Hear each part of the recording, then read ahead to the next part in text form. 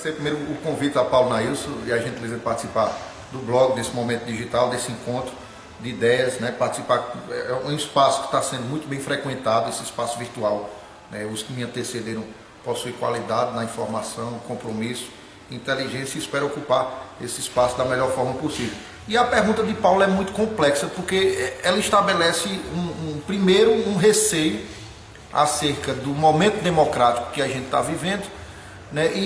E assim, quando Paulo coloca a pergunta de que existia uma dúvida acerca desse pleito, mostra claramente a fragilidade de nossa democracia. Nós estamos esse ano, 2018, completando 30 anos de Constituição.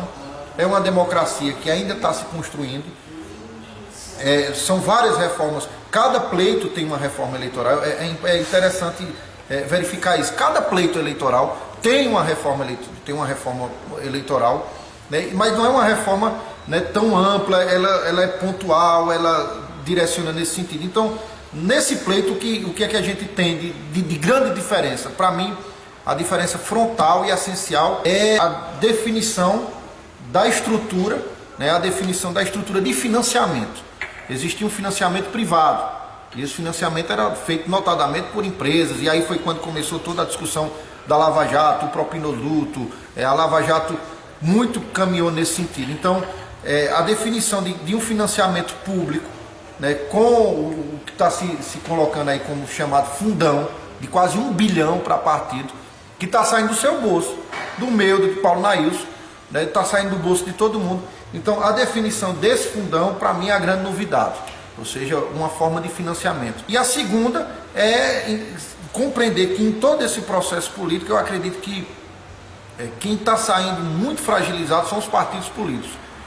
São alguns partidos, você tem uma ideia, o PSB é um partido que tem penetração nacional, um grande partido, mas por uma conjuntura e por uma construção política junto ao PT, deixou de se aliar a um projeto nacional. Ou seja, qual é o partido, Paulo, que não tem um projeto nacional? E foi isso que aconteceu com o PSB. O PSB, por uma construção política, decidiu pela neutralidade nacionalmente, ou seja, é um partido que não tem um projeto de nação. Então é complicado. Então, diante de todo esse processo, a gente tem que discutir pleitos, se os pleitos eleitorais não haveriam de ter, por exemplo, uma coisa que a advoga defende muito, candidaturas avulsas, ou seja, aquelas candidaturas sem a necessidade de vinculação partidária.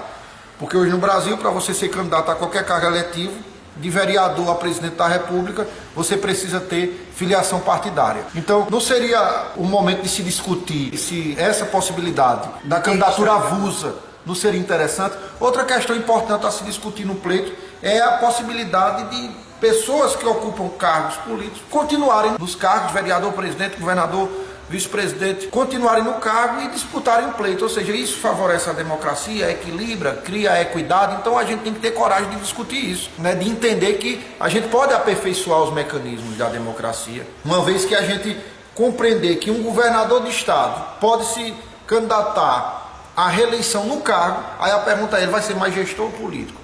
Né? Isso realmente traz uma harmonia do pleito. Então são essas questões que são importantes se discutir. O financiamento, se a gente mantém um equilíbrio, ou seja, só o financiamento público, né, 1 bilhão, que poderia ser investido em qualquer outra coisa que o país precisa, mas essa conta deve ser paga pela União, com tributo, ou a gente pode dividir essa conta com a sociedade? Porque a democracia tem um preço. A democracia tem um preço, e quando eu falo de um preço, é o preço econômico. E quem é que paga essa conta? Ou seja, a iniciativa privada não poderia contribuir agora de forma equilibrada, com órgãos de controle, para que não houvesse aquele toma lá da cá, né? Para que, né, a efetiva participação de alguma empresa privada, ela se desse no âmbito de promoção da democracia, e não de que eu estou lhe entregando R$1.000, eu estou lhe entregando 1 milhão, para que lá na frente eu tenha um benefício econômico.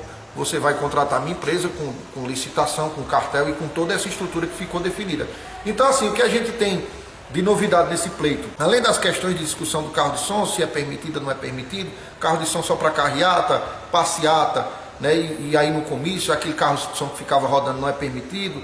O financiamento, para mim, foi a grande discussão, né? Para você ter ideia, no último pleito eleitoral, se gastou na ordem de quase 400 milhões nessa campanha, e aí se tem uma ideia que cada candidato vai se gastar no máximo 70 milhões, ou seja, vai se reduzir muito os custos da campanha e tornar ela mais equilibrada. Para finalizar essa pergunta, Paulo, que existe um tempo de televisão que é dividido de acordo com a bancada na Câmara dos Deputados, mas que também não equilibra. Você tem ideia, vai ter candidato com 6 minutos de guia e outro com 8 segundos. Ou seja, isso não equilibra também a democracia. Também deve ser discutido esse tempo de televisão, que também é pago. O tempo de televisão é pago pela população. Não vão esse tempo de televisão gratuito para os partidos, mas existe um custo econômico para isso. Então a democracia tem que ser paga por alguém, mas a pergunta é se a gente não pode dividir essa conta entre União e Estado, e a gente tem que tornar o processo eleitoral mais equilibrado.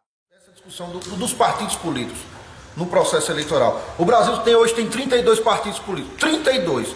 Então a gente começa a discutir, será que no Brasil tem 32 ideologias diferentes? Né? Ou seja, democracias consolidadas, basicamente tem 4, 5 partidos. Você vê a Inglaterra tem um partido liberal, um partido trabalhista, né? E o partido conservador, basicamente são 3 partidos. Os Estados Unidos consolidou uma democracia com 2 partidos, republicano e democrata. Nós temos 32 partidos. Mas para que servem 32 partidos? Para ter acesso ao fundo partidário, tempo de TV. Ou seja, ter partido hoje no Brasil virou possibilidade de barganha e virou negócio. Facilita, inclusive, ter os donos de partido. Tem dono de partido. A gente tem partidos que são praticamente feudos, que são praticamente a tradição que a gente tem histórica, né, de capitania hereditária, de pai para filho. A gente tem partido, por exemplo, o PTB é um partido que é de Roberto Jefferson, que foi acusado no mensalão, foi preso. E ele define o caminho partidário. Ou seja, não existe uma democracia intrapartidária. Então, essa participação do partido é importante. E é muito importante quando o Paulo coloca o seguinte: se a candidatura avulsa seria interessante para a democracia a partir do momento que você lança uma candidatura sem programa de governo, sem o que se busca muito na democracia são partidos programáticos. Mas a nossa democracia vive de partidos pragmáticos. E o PSB é um caso clássico disso. É um partido com penetração nacional, é um partido que tem o governo do estado, e que me vem à cabeça o governo do estado de São Paulo e o governo do estado de Pernambuco, e fazendo uma alusão com a capitania hereditária que eu tinha dito, os dois, São Vicente e Pernambuco, foi as capitanias que deram mais lucro. Mas voltando para a nossa realidade, para a atualidade, é um partido que governa o estado mais rico e um dos estados mais importantes de referência histórica e economicamente do Nordeste, que é Pernambuco, mas que não tem projeto de nação. Ou se tem, abandonou por uma questão pragmática. Ou seja, é o programático pelo pragmático. Mas a partir do momento em que você diz o seguinte: olha, você pode se lançar candidato sem a necessidade de vinculação partidária, aí essa discussão que se faz, você não estaria abrindo a democracia de uma forma mais plural? São essas discussões que são importantes e que é importante a sociedade fazer para aperfeiçoar as instituições democráticas. E o próprio partido, os partidos têm que repensar o seu papel na democracia. E esse pluralismo partidário defendido pela Constituição e que é salutar, também tem que ser repensado, porque ele está subvertido. Se subverteu e se transformou partido, como eu tinha dito, em balcão de negócio. O problema das reformas políticas no Brasil é que elas são causuísticas. Elas servem para a próxima eleição. A gente tem que ter uma reforma política ampla, uma reforma política que privilegie os partidos que têm ideologia, que privilegie o fortalecimento dessa função partidária e também que privilegie a participação popular. Então, eu acredito que são 2 eixos centrais. Além do mais, a gente precisa também aprofundar essa questão do financiamento do processo eleitoral. Quem vai pagar essa conta? Vai ser só a União ou vai ser só a parte privada? Ou pode haver um contingenciamento, um equilíbrio disso? É outra discussão. Então, eu defendo o seguinte, Paulo, que nós temos que ter no Congresso uma ampla discussão da reforma política e uma comissão permanente de reforma política, para que a gente aperfeiçoe sempre esse regime democrático, para que não crie distorções.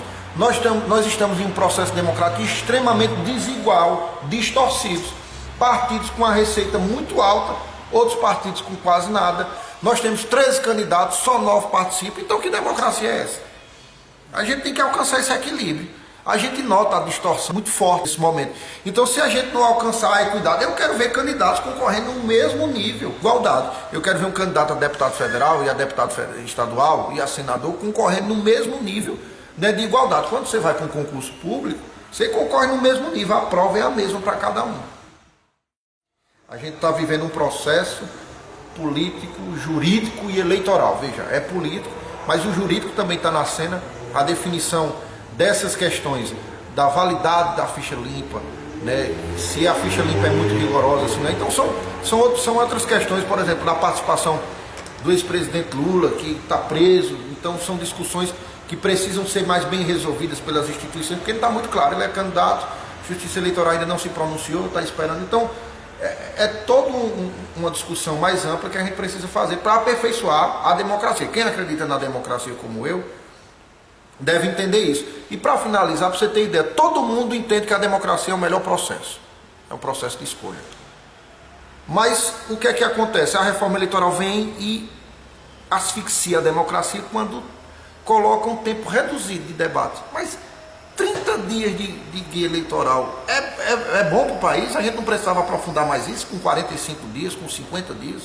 Se todo mundo entende que a democracia é importante, por que a gente não aumenta, não amplia o período da busca do voto? Até porque as virtudes apareceriam e as falhas também. Tempo útil, né? Tempo útil para se debater. E a gente não pode, de modo algum, criminalizar a política e criminalizar o processo democrático. Existe gente que comete equívocos, que comete erros, que pratica crimes, mas o processo democrático, né, eu pelo menos tenho essa compreensão e advogo isso em todos os lugares. O processo democrático, a possibilidade da escolha, né, da população, um cidadão, um voto, para mim sempre foi e sempre será o melhor modelo, né, de escolha da população. Agora a população tem que ter responsabilidade e não transferir. Existe no Brasil a coisa da transferência da responsabilidade. Não, mas a culpa não é da sociedade, a culpa é dos políticos, mas a sociedade vai ser chamada agora para resolver e a gente espera que resolva da melhor forma.